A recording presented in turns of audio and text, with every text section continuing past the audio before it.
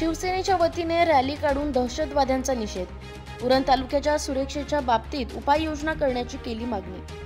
शिवसेना पक्षाचे मुख्य नेते, महाराष्ट्राचे उपमुख्यमंत्री आदरणीय श्री एकनाथजी शिंदे तसेच खासदार श्री श्रीरंग अप्पा बारणे यांच्या आदेशाने उरण तालुका शिवसेनेच्या वतीने तालुका प्रमुख दीपक ठाकूर यांनी पहलगाम येथील घटनेचा निषेध करत निषेध रॅलीचे आयोजन केले होते।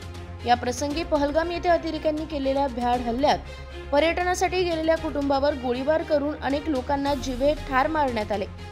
या अमानुष कृत्याचा निषेध करण्यात आला।